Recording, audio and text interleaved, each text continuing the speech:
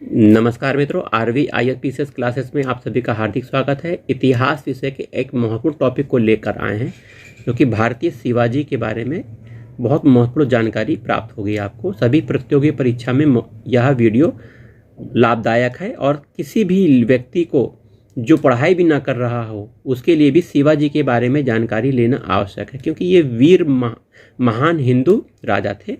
आइए शिवाजी के बारे में जानकारी प्राप्त कर लेते हैं। शिवाजी का जो जीवन काल है 1627 से 1680 के बीच का है। 20 अप्रैल 1627 को पूना के निकट शिवनेर के दुर्ग में शिवाजी का जन्म होता है। ठीक है, तो 1627 में जन्म होता है शिवनेर के दुर्ग में पूना के निकट। इनके पिता का नाम शाहजी भोसले, माता का नाम जीजाबाई। शिवाजी के व्यक्तित्व पर सर्वाधिक प्रभाव उनकी माता जीजाबाई तथा संरक्षक शिक्षक दादा कोणदेव का पड़ा। इनके गुरु का नाम समर्थ रामदास था। बहुत इंपॉर्टेंट है, समर्थ रामदास इनके गुरु थे शिवाजी के। 1637 में शाहजी भोसले ने अपने पुत्र शिवाजी, पत्नी जीजाबाई सहित पूना की अपनी पैतृक जागीर की देखभाल का दायित्व बीजापुर के एक पूर्व अधिकारी एवं अपने विश्वास पात्र मित्र दादाजी कोणदेव को सौंपकर कर्नाटक चले गए थे। आरंभ में शिवाजी का उद्देश्य एक स्वतंत्र राज्य की स्थापना करना था। शिवाजी ने हिंदू पादशाही अंगीकार किया गया। शिवाजी ने हिंदू पद पातशाही अंगीकार किया और ब्राह्मणों की रक्षा का व्रत लिया। हिंदुत्व धर्मोद्धारक की उपाधि धारण की। शिवाजी ने हिंदू धर्म की रक्षा की भावना थी, परंतु उनका मुख्य उद्देश्य राजनीतिक था। उनका मूल उद्देश्य मराठों की बिखरी हुई शक्ति को एकत्रित करके महाराष्ट्र दक्षिण भारत में एक स्वतंत्र राज्य की स्थापना करना था। सर्वप्रथम शिवाजी ने 1643 में बीजापुर के सिंहगढ़ किले पर अधिकार किया। 1643 में 1646 में उन्होंने तोरण पर अधिकार कर लिया। 1656 तक शिवाजी ने चाकन, पुरंदर, बारामती, सूपा, तिकोना, लोहगढ़ आदि विभिन्न किलों पर अधिकार कर लिया था। 1656 में शिवाजी की महत्वपूर्ण विजय जावली की थी। जावली एक मराठा सरदार चंद्रराव मौर्य के अधिकार में था। 1656 में उसने रायगढ़ के किले पर कब्जा कर लिया। 1657 में शिवाजी ने पहली बार मुकाबला मुगलों से हुआ था। 1657 में जब वह बीजापुर की तरफ से मुगलों से लड़ा।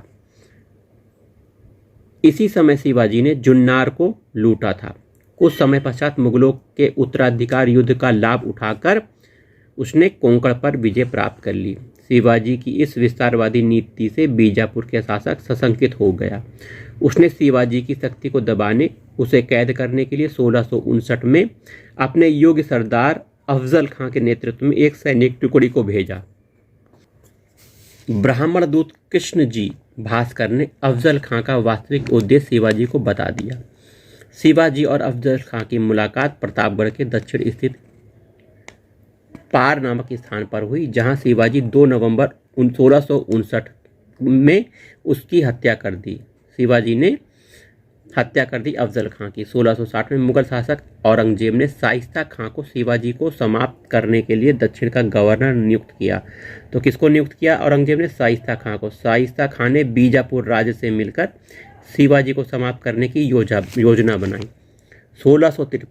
15 अप्रैल 1663 में शिवाजी रात्रि में चुपके से पूना में प्रवेश कर शाइस्ता खां के महल पर आक्रमण इन्होंने कर दिया। शाइस्ता खां इस आक्रमण से घबराकर भाग खड़ा हुआ। इस आक्रमण के कारण मुगल सेना को काफ़ी क्षति पहुंची। शिवाजी की प्रतिष्ठा में फिर वृद्धि हुई। आगे देखिए, 1664 में शिवाजी ने सूरत पर धावा बोल दिया। यह मुगलों का एक महत्वपूर्ण किला था सूरत। उसने 4 दिन तक लगातार नगर को लूटा। शिवाजी ने 4 दिन तक लूटा। औरंगजेब ने शाइस्ता खां के असफल होने पर शिवाजी को कुचलने हेतु आमेर के मिर्जा राजा जय सिंह को दक्षिण भेजा। आमेर के कौन राजा थे? मिर्जा जय सिंह को। वह बड़ा चतुर कूटनीतिज्ञ था। उसने समझ लिया कि बीजापुर को जीतने के लिए शिवाजी से मैत्री करना आवश्यक है। अतः पुरंदर के किले पर मुगलों की विजय और रायगढ़ की घेराबंदी के बावजूद उसने शिवाजी से पुरंदर की संधि कर ली। जून 1665 में पुरंदर की संधि के अनुसार शिवाजी को 4 लाख हुण वार्षिक आय वाले 23 किले मुगलों को सौंपने पड़े। उसके पास सिर्फ 12 किले थे।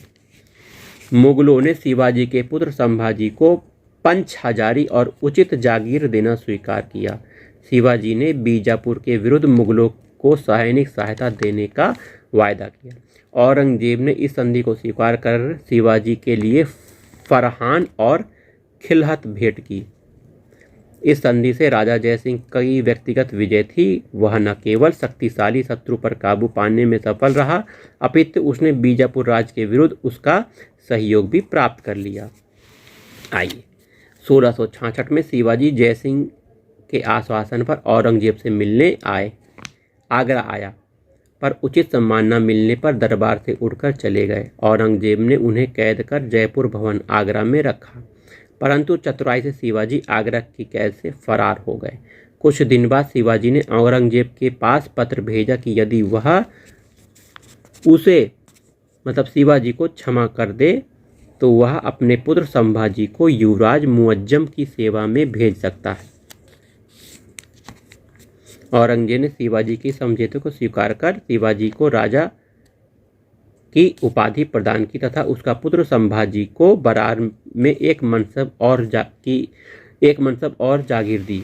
1670 में शिवाजी का मुगलों से पुनः युद्ध आरंभ हो गया। पुरंदर की संधि द्वारा खोए हुए अपने किले को शिवाजी ने पुनः जीत लिया। इस किले में कोंडाना किला सबसे महत्वपूर्ण था। शिवाजी ने इस किले का नाम सिंहगढ़ रखा था। कोंडाना किले का नाम सिंहगढ़ रखा था। 1670 में शिवाजी ने तीव्र गति से सूरत पर पुनः अधिक आक्रमण किया और उसे लूटा, मुगलों से चौथ की मांग की। जून 1674 में शिवाजी ने काशी के प्रसिद्ध विद्वान गंगा भट्ट से अपना राज्याभिषेक रायगढ़ में करवाया तथा छत्रपति की उपाधि धारण की थी। तो 1674 में छत्रपति की उपाधि शिवाजी ने धारण की थी। शिवाजी का अंतिम महत्वपूर्ण अभियान 1677 में कर्नाटक अभियान था। इस अभियान का मुख्य उद्देश्य बीजापुर के आदिलशाही राज्य पर अधिकार करना था। इसके लिए उन्होंने गोलकुंडा के 2 ब्राह्मण मंत्रियों मदन्ना और अखन्ना के माध्यम से गोलकुंडा के सुल्तान के साथ एक गुप्त संधि की थी। इस अभियान में शिवाजी ने जिंजी, मदुराई, बेल्लूर आदि तथा कर्नाटक एवं तमिलनाडु के लगभग 100 किलो को जीता। जिंजी को उन्होंने अपने इस दक्षिण भाग की राजधानी बनाई। शिवाजी का संघर्ष जंजीरा टापू के अधिपति अबिसिनाई सीदियों से भी हुआ। सीदियों पर अधिकार करने के लिए उसने नौसैन्य का भी निर्माण किया था, परंतु वह पुर्तगालियों से गोवा, सीदियों से चौल, जंजीरा को न छीन सके। सीदी पहले अहमदनगर के आधिपत्य को मानते थे, परंतु 1636 के पश्चात वे बीजापुर की अधीनता में आ गए। शिवाजी के लिए जंजीरा को जीतना अपने कोंकण प्रदेश की रक्षा के लिए आवश्यक था। 1669 में शिवाजी ने दरिया सारंग के नेतृत्व में अपना जल बेड़े को जंजीरा पर आक्रमण करने के लिए भेजा। अंतिम समय में शिवाजी ने एक बार फिर बीजापुर को मुगलों के विरुद्ध सहायता दी। 12 अप्रैल 1680 में शिवाजी की मृत्यु हो गई। तो मैं शिवाजी को हिंदू प्रजाति का अंतिम रचनात्मक प्रतिभा संपन्न व्यक्ति, राष्ट्र निर्माता मानता हूँ। जदुनाथ सरकार का यह स्टेटमेंट है। तो यह बातें हो गई शिवाजी के बारे में। यह बातें सभी को जानना आवश्यक है। जय जय राधा। चलिए अब मिलते हैं अगले वीडियो में।